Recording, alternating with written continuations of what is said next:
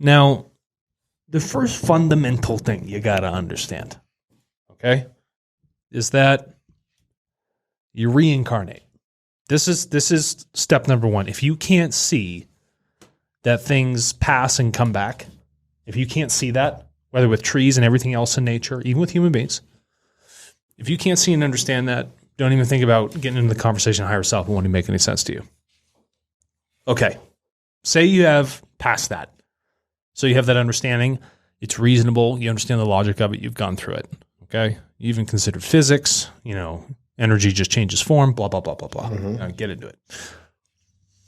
Now, the next thing one must understand before even wanting to have the conversation with the higher self is that inside of you is a piece of creation called the spirit. Okay? This thing pays its room and board to the human body. All right? Your spirit has no personality. Yeah, your body, the spirit is renting your body. It's renting the body as a tool. Like going to Home Depot and say, for $40 for the next 6 hours, I'm renting that lawnmower. Okay? So let me stop you there because this is really important. I'm moving to Santa Fe and I'm choosing to live in an apartment. Yes. I could buy a house because I have savings and money, but I'm choosing to move into an apartment for a reason. It's a tool.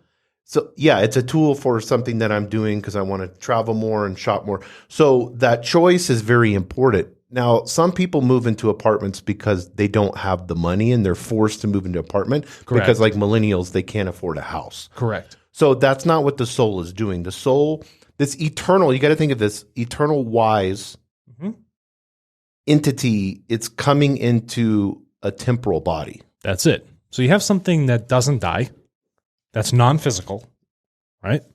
Going into this very physical thing, which has a set amount of time on it. And then when that thing dies, this body, that thing picks up and leaves. Waits for the next body to show up to say, that's a good one. Like, that's a good apartment. I'm going to go in there. Yeah. So now when it goes inside the body at day 21, when the thing's in utero, okay, that's when through the development of the brainstem and everything else, that's when the first energy goes in. That's when things begin to actually develop, right? That's when life occurs at that point. So this thing's in there. All right, you got this spirit. You have to then understand there is a clear distinction between the personality of who is Alexander and the spirit, not carrying a name, but the spirit that resides within inside me. Now, I have a personality. I have a consciousness, which the spirit does not have in my body. Right. Okay? The spirit is connected to a world where you have amassed all of this information over time. All of these great, wise learnings, these very creational That's the library? This is your personal library. Right. Also called the overall consciousness block, right? It's like your mini Akashic record for those that like to listen to this, all right? Your spirit is always connected to it, all right? Unlimited. Free, total access it's flowing like to all these things. Now, for centuries, people have been so used to praying towards some sort of supreme figure or an idol or a god, okay? Inanimate objects, whatever it might be. Now, if you were going to say, I want to connect with my higher self,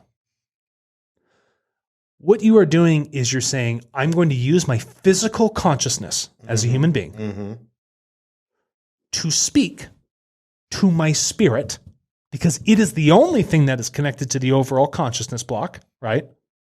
It's this higher self of who I am. That's all this collected energy of all these lifetimes and learnings. Great, bang, that's all there. I am going to pray to that.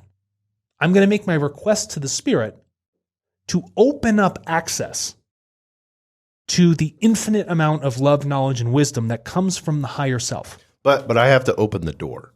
You have to do it. Because it will not go again. It will not guide me in a direction. It'll let me die. So it'll just get another meat suit. Exactly. So here's what happens. This overall consciousness block, all this energy that you've stored up over lifetimes that gets learned and digested in this non-material world, sits there. It's permanent. It's forever. In order for you to access that, you have to use your spirit. because the spirit is connected with it. The spirit then collects an impulse, like a radio signal. It's the only thing that's going to pick up on those radio signals from the higher self. Yes.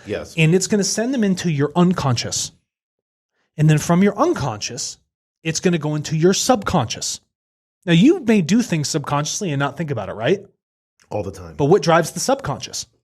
Unconscious actions. Yes.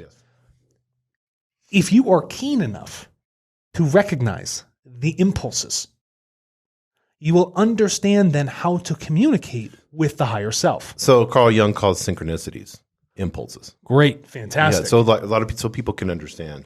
Right. Like synchronicities are the same thing. And if you pay attention, it's like I drove here from Albuquerque to Santa Fe. Yes. It took me 50 minutes.